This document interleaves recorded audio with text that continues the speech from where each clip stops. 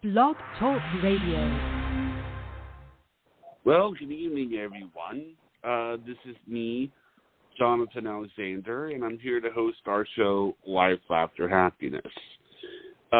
Today, my guest is my co-host, and I think the reason we did this is because we wanted, well, actually, I should say Barbara, wanted to do something special in kind of remembrance of her mom. So, Barbara, why don't you start off by saying what inspired you to create and name it the Hey Jude new series? Okay. Well, thank you, Johnny, and good evening, everybody. Here's the thing. I just recently lost my mother last month. She passed away.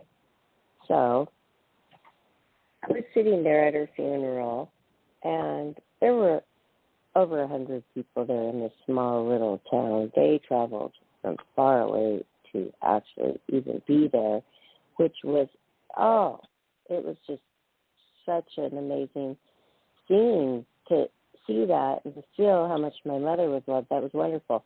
But as the funeral went on, and Dawn, her husband, was getting up and speaking a couple times, and then the pastor a couple times, and then he would ask with the microphone, does anybody want to say anything?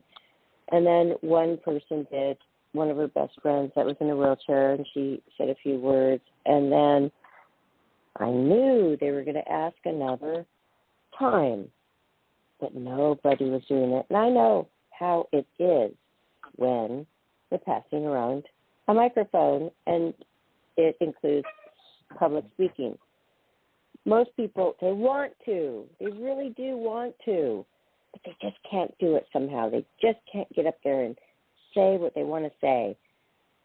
It's a fear-based predicament. So here is my mom's funeral. I'm thinking if I don't get up and say what I want to say, then that's it forever. And I could live with regretting that forever. So I found the strength within me somehow to actually stand up. The second time the pastor said, does anybody else want to say anything? And the seconds were fleeting. I popped right up, and I grabbed that microphone. And you know what? My mom told me 6 days prior to her death.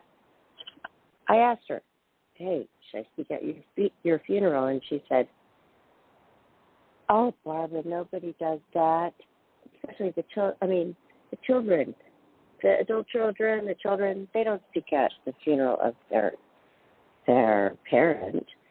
So I went back home after she passed away, and I had a few weeks, and I thought to myself, I could, really prepare something, but then that would be going against my mother's wishes, because I, of course, when she told me that she didn't want me to speak. She didn't want that because maybe I would embarrass her. That's what went through my mind. So I didn't prepare anything for those few weeks that I was mourning her death, and I was going back for the funeral in 3 weeks. That's what she wanted. She didn't want it in a week. She had a brother that was getting married, and she didn't want to interrupt the wedding. So I go back and thinking, there will be so many people talking about all my mother's accolades. I won't have to. Plus, I didn't prepare. Well, I just won't speak. But, Johnny, nobody was mentioning the thing that I felt was so very important. What my mother had dedicated her life to, her most of her adult life. So I had to pop up and say it and make sure that part of her life was recognized, because nobody else was.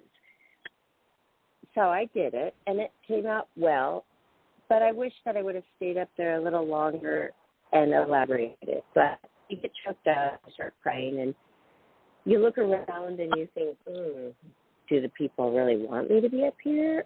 All that stuff starts to come right back flooding into your mind. Doubt.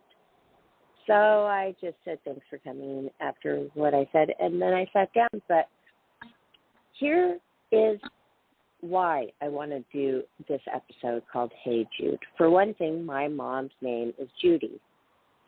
Okay. And that song, Hey Jude, by the Beatles, was always, when that came on, we were always smiling and saying, hey, Mom, your song's on. And when the Beatles first came out with that song, it was the longest song ever in history. I'm sure there's more that have beat it by now, but it was such a long song. It was very special to them. And we always felt it was special in our family because my mom's Judy. And this is so funny. One time she went to go make a customized perfume, and I said, oh, what'd you name it, Mom, your perfume? She said, Hey Jude. Oh, I just thought that was the coolest, sweetest thing that my mom said that. You know what I mean? So here, all of our lives, my brother and I growing up and people around her always thought of this song, Hey Jude, really special. So I thought of starting this series, and I don't know where it's going to take us, Johnny. I just don't know. But I am going to invite all the people that were at her funeral who said to themselves, I want to, but I just can't. I'm going to give those people a chance to come on the show and tell us what they wanted to say at the funeral. How's that? That sounds wonderful. I've always wanted you to be able to use the show as a form of expression of how you feel about things, and as well as a place where things that are important to you and are interesting to you. I do think that, what I like about the idea of the Hey Jude series is that I think, if memory serves me right, talked to your mom once. But once or twice. Yeah, it wasn't twice. FaceTime. But it was a good conversation. I mean, it was like when I talked to your mom, this is what I remember when I talked to your mom. The show had changed and gone through kind of a real format change, and we all know what that format change was. And what happened was I told her, I said, this was not easy. And I'm paraphrasing what your mother said, but she said, look, Johnny, you understand. I mean, she basically told me that I handled it fine, and that and then I said, well, I really care about your daughter, you, and I feel like, that what's important is that your daughter be able to express how she feels and how she, does more of the stuff that she wants to do as well, and she is never ignored. Now, I'm paraphrasing what I said, but that's sort of what I said to your mom, and your mom understood, and you were here on the phone with me. So, okay, so great. So then you're our first person, even though you were not at the funeral. So you're basically the first one who's expressing what you got from my mom. Great. Okay, go on. No, you do. I mean, it's okay if you don't, but are you remembering why, the specifics of that conversation and what I was talking about? I think it had to do with the changes in our show as far as the people on the show. Am I correct? Yes, you're correct. You're correct. It was, and you were a little stressed out about it and worrying and just upset, just basically upset. So then go on and tell us what my mother's advice was to you. She said that it's harder because I knew those people longer than you did. So it was harder for what for going through it, but it was worth it, is what she told me. It was just sort of, and it is hard, but I had to do what I felt was right. But I'm not going to get on talking about me. I'm just saying that was what happened with the conversation with your mother. My next question is, I think one of the things that kind of impressed me about your mother is, you had a brother, and you are, you and your brother are very different in a philosophical tone, about certain things. And then, and I'm sure you and your mother are different from a philosophical tone. But it sounds like everybody gets along. I mean, there's a certain, Yes. come to the middle type of. It is sort of like some of the stuff that we do here on the show, could if for some people, I'm not saying for everybody, but some people could rub a very religious person the wrong way.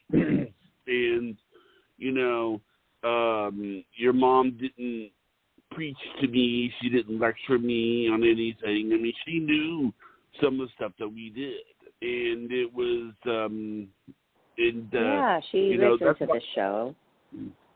Right. It's always happened a little bit.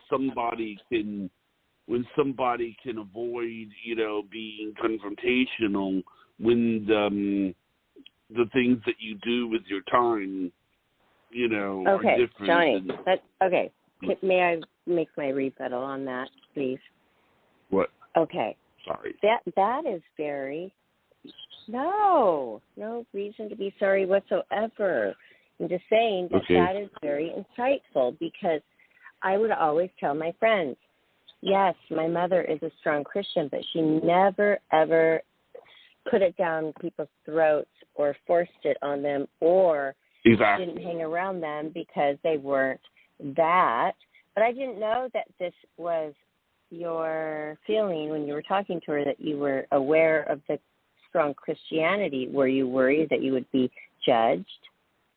Well, you need to understand something. I for example, my grandmother, was like that, and I don't want to get out too much on it, but the hard part is that there's judging, and then there's I don't think the word is judging. I think this is more of a protection.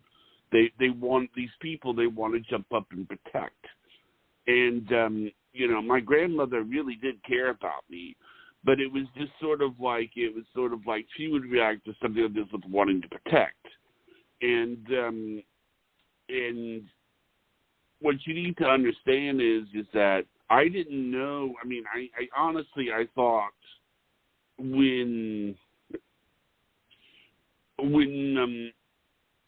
not every Christian is like this, but sometimes whenever I hear the words "I'm a born again Christian," it sort of makes me wonder, how are they going to think of the show? Because, we're pretty relaxed with some of the things. I mean, we talk to psychics. Johnny, let's not go on that, because I know the conversation. It was between a friend and a friend.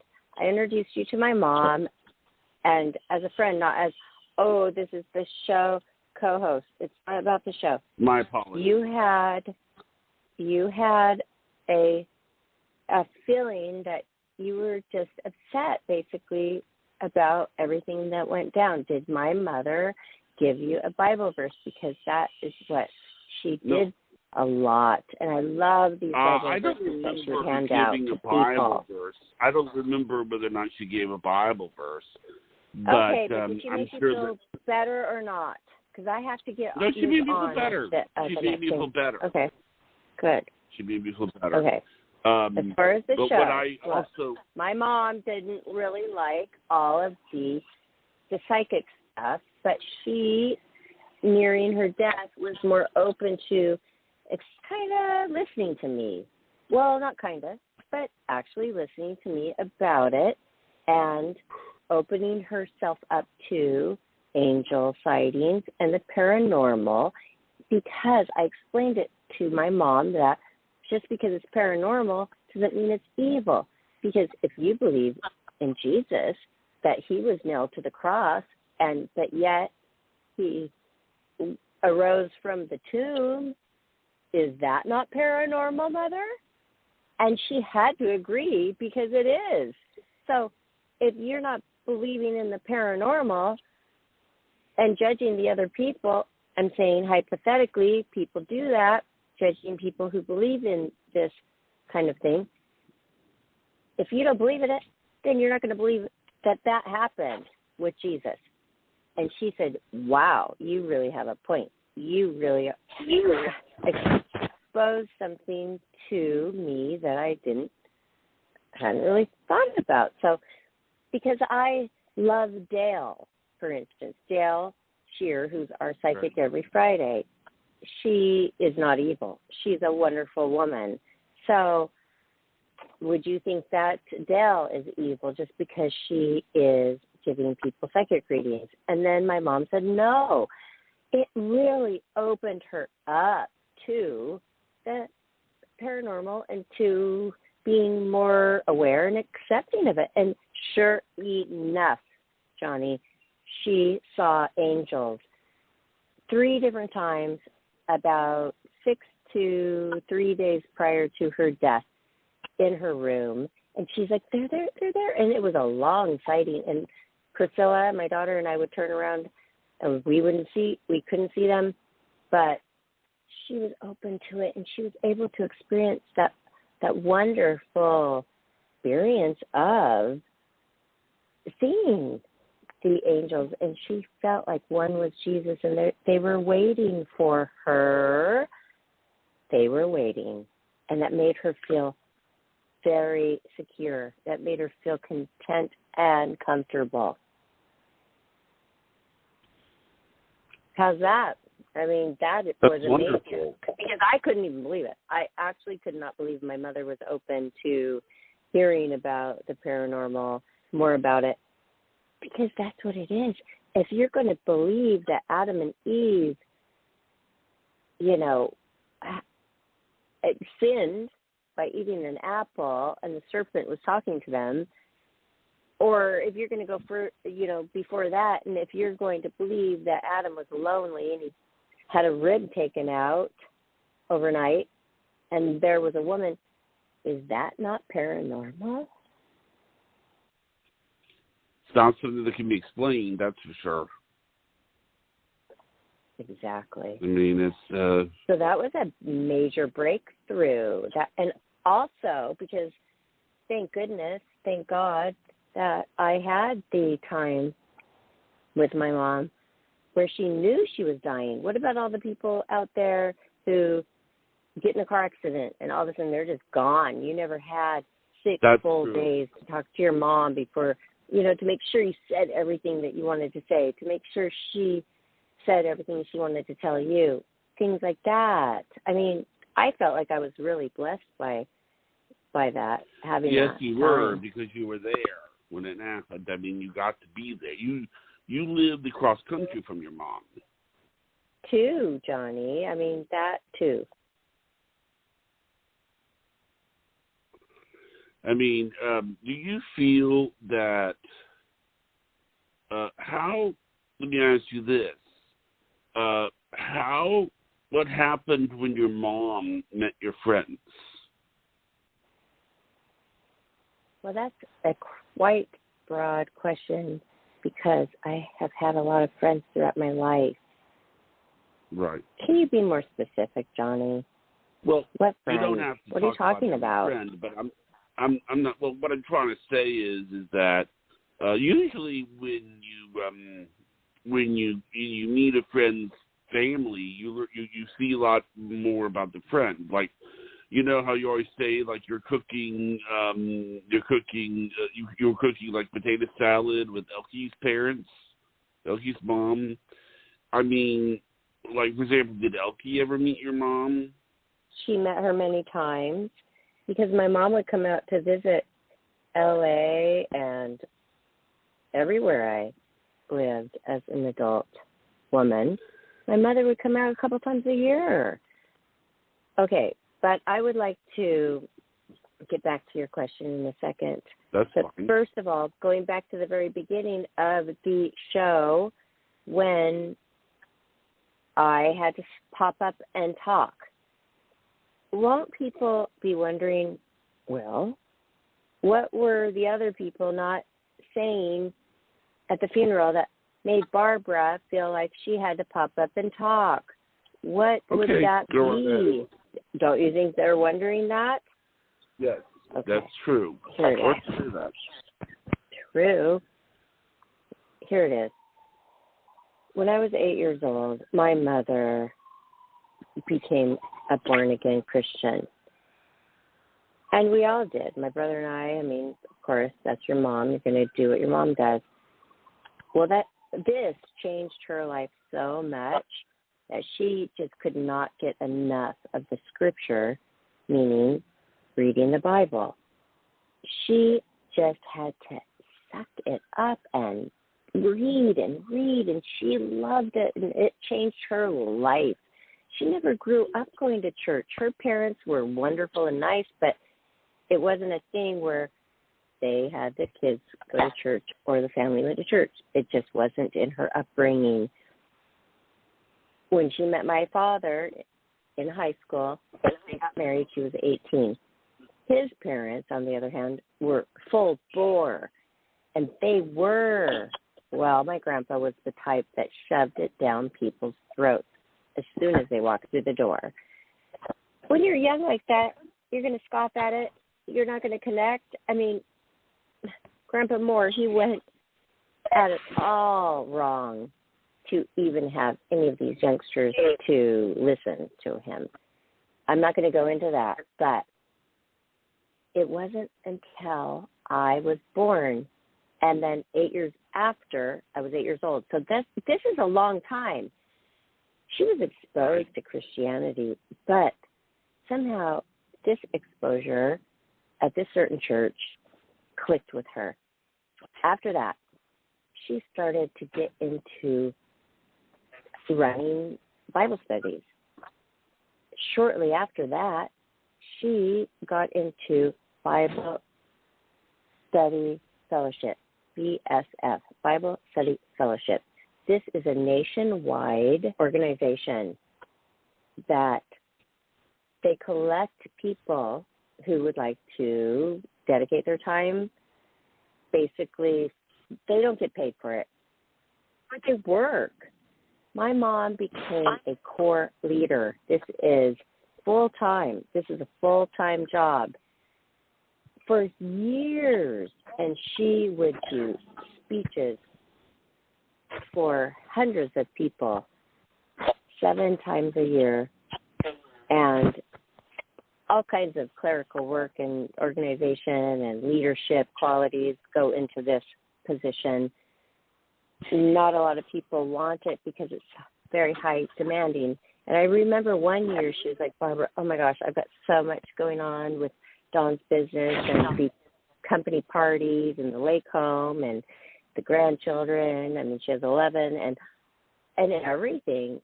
And meanwhile, was the best homemaker of all.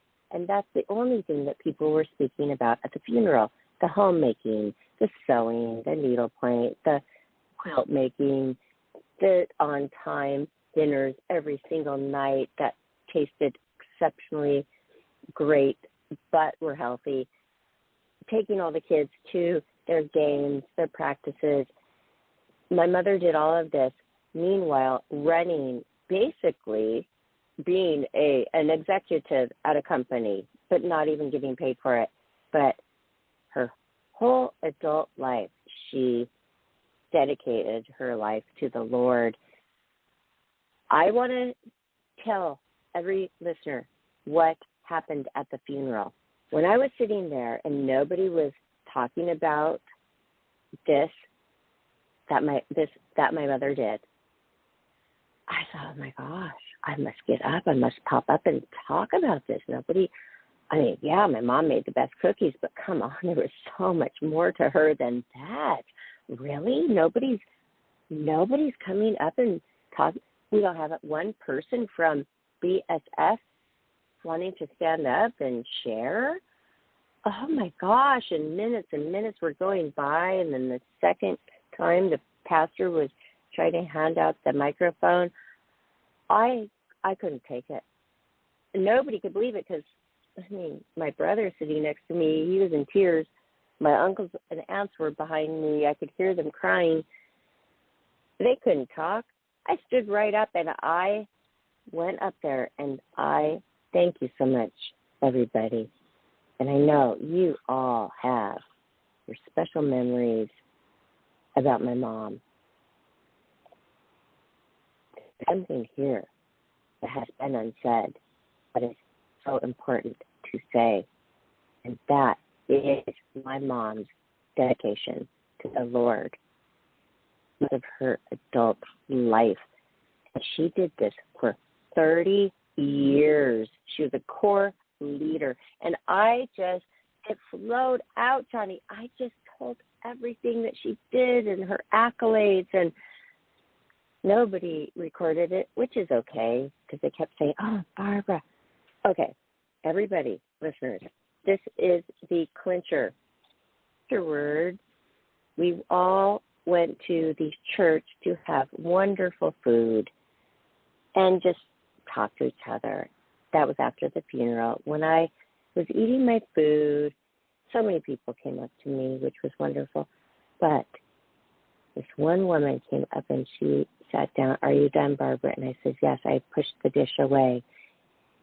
She goes, you don't know me, but I know you so very well. And I said, wow, really? Her name was, I think she said, Myrna. I'm Myrna. And I go, I know that name. My mom used to talk about you all the time. Well, this was another core leader who got my mom into her career. And she said, I couldn't get up to speak. And I knew you. And I was looking in the front row. I knew you, Barbara. And I was praying to Jesus for literally 12 minutes. And she said 12 minutes, looking at the back of your head. And she was praying, pop up, Barbara, pop up, speak. Barbara, tell them, Barbara, pop. And I go, really? And she goes, and all this, and she goes, my husband was nudging me with his elbow the whole time. Go, Myrna, get up there. Tell them what Judy's done. Thinking about it. She said, she started praying for 12 minutes. I popped up, and I said exactly verbatim what she wanted to say. About my mom. Mm. Isn't that amazing? That is amazing, yeah. It's amazing. You know, I mean, it's, I will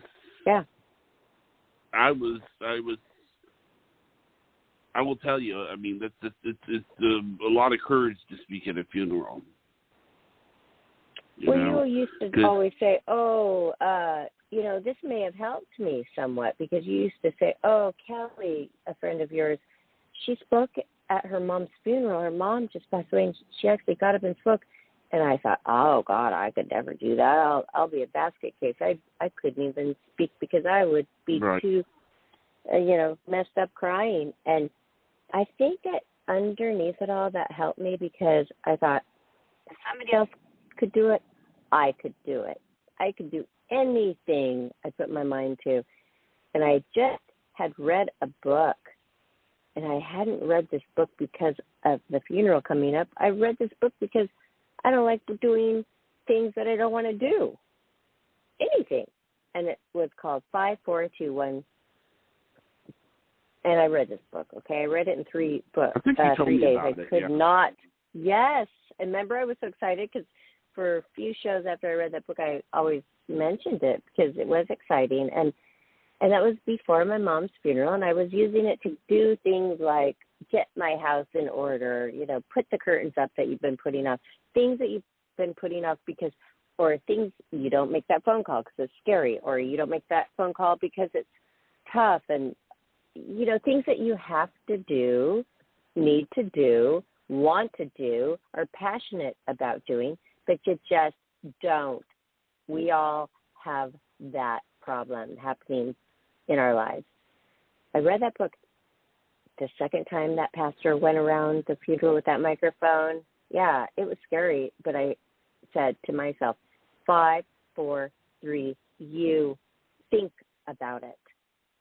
In that countdown, you don't think about it, because if you think about it, you will find a million excuses not to do it. So I used the tool, and to me, that is God working in my life. To have me, perusing through YouTube and coming across this lady who just put out this book that became a huge bestseller and got it, bought it on Amazon, read it, and didn't even think it was going to be useful at the funeral. Of course, I wasn't even thinking about that at all. But I used it for that, and it worked. Because right now, sitting here talking to all of you, so regretful if I hadn't have stood up and talked about this very important thing that my mom dedicated her life to. Can you imagine? Your mom dies and everybody's talking about how great of a mom she was, and how great of a wife she was, and how great of a sister, and, aunt, grandma, cook, cleaner, whatever. Okay? No. That wasn't it. If that was it, fine. That's enough. But it wasn't it. That wasn't everything. And I felt like my mother deserved to be acknowledged at her funeral. And so it did happen. If not, it never would have been acknowledged at the funeral in front of 100 people. And they would have thought, oh, yeah, Judy, she was the best housekeeper, homemaker, mom, grandma. Yeah, she was a great quilter, needle point person, seamstress. Yeah, great. This was special, and this needed to be said. So, back to my beginning of the show. This is why I'm doing it. Today, we have Johnny express some things about my mom. Next week, let's see who we have.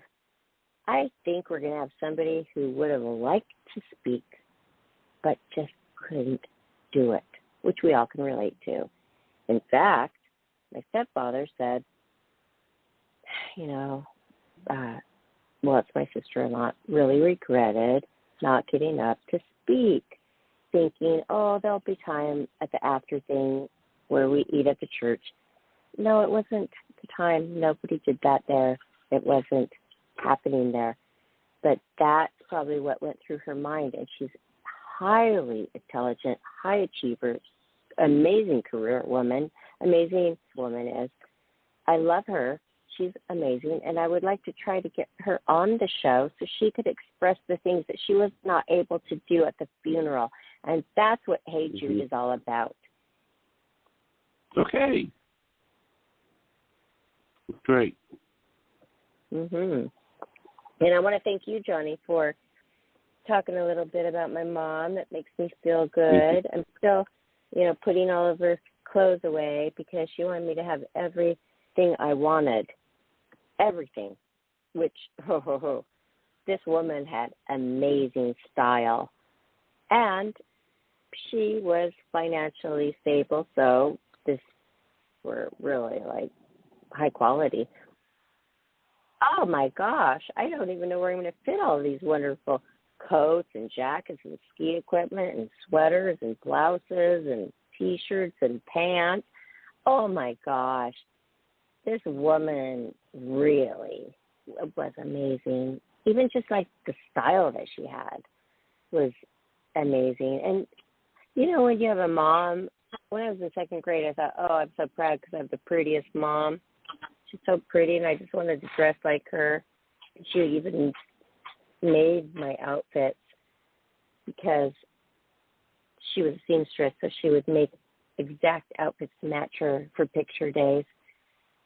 But looking back at all the photos, oh my gosh, this woman's face and skin, she was such a beauty. And my gosh, I'm thinking, this woman, she's way more beautiful than I ever thought of being. She really is. She is exquisite. So I hope you all enjoy the Hey Jude series that we just started today. #1 show. Okay. Did you enjoy it, Johnny? I enjoyed it. I enjoyed hearing you talk. It was great. And she loved you too, Johnny. She thought you were the sweetest guy. Well, thank you. That's nice to hear. I'm glad you were able to meet her and do FaceTime and talk to her. Yeah, on FaceTime. I know. It was great to meet her that way. I mean, it's, I think I spoke to her twice. I think it was, Yeah, maybe a few times, because I remember I was over in Washington State where they lived in Grand Coulee after 29 years of living on the lake in Seattle, Washington, basically Bellevue, Washington, which is the one of the sides of Lake Sammamish. And then I was there visiting, and you would always be calling, so I would put you on. So I think it was several times that you did FaceTime. And we never thought in a million years she would be passing away so soon, did we? No, we didn't. And it's so strange that she's gone. I feel like she's still here. Also, Hey Jude series is also available for people, anybody who wants to come on to talk about their loved one that they lost. It could be their mom, it could be their dad, it could be anybody, it could be a friend, somebody that they lost that they still haven't said everything that they wanted to say. I want to invite those people to come on and express. It's not all about my mom. It wasn't even designed for that. It was designed for the people who went to a funeral, who could not get up and speak mind. All right. Okay. That's a great idea. Well, thank you, Johnny, for producing this show and your input, and I appreciate it. And I want to thank all the listeners. So I think we are ready for the shout-out. What do you think, Johnny? That's right. Okay, go ahead. All right. Y'all can find this show on our YouTube channel. It's called Life, Laughter, Happiness. And when you're there, listening to it, collecting it, and enjoying it, don't forget to subscribe, because that is support. And that's what we need as a company. Life, Laughter, Happiness. We're life. We laugh. We're happy. We want to give all of that and share that with you. There's another thing I've been doing quite often, actually, on our Facebook group page. I've been posting music I like, inspirational things that I like. I've been reposting a lot of things that people who have been our guests on Life, Laughter, Happiness, they're out there. They're working hard. I post their stuff on there. They're playmates, they're coaches, they're all types of people. And because I want other people to follow them and support them as well, right? So what were you going to say, Johnny? Well, I didn't. This is a question about your mother that I really didn't think to ask, but I guess I'm going to go ahead and ask it. What did your mom think of the name of the show that we have? Because a lot of people love it. And I was just wondering what your mom thought. Life After Happiness? Yes. Did she ever comment on what the name was? She never had any questions. No, she didn't. Why? Are you questioning the name of your show? No. But I mean, I was just, I love it. I was just wondering, I was hoping that maybe your mom had said something about the name. That's all.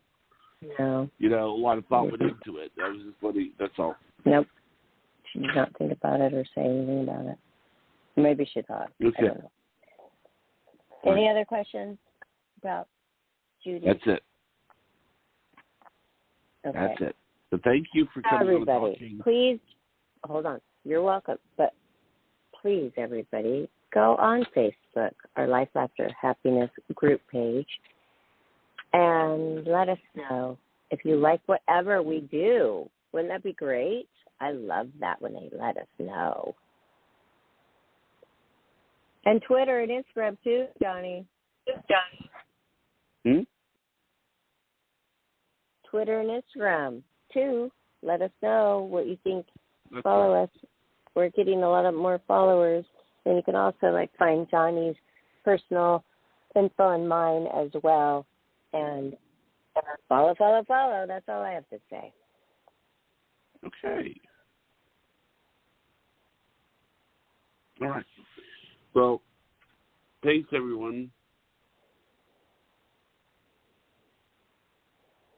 Good night, Barbara. Thank you, everybody, for listening. Good night, everybody. Thank you, Johnny. Aloha.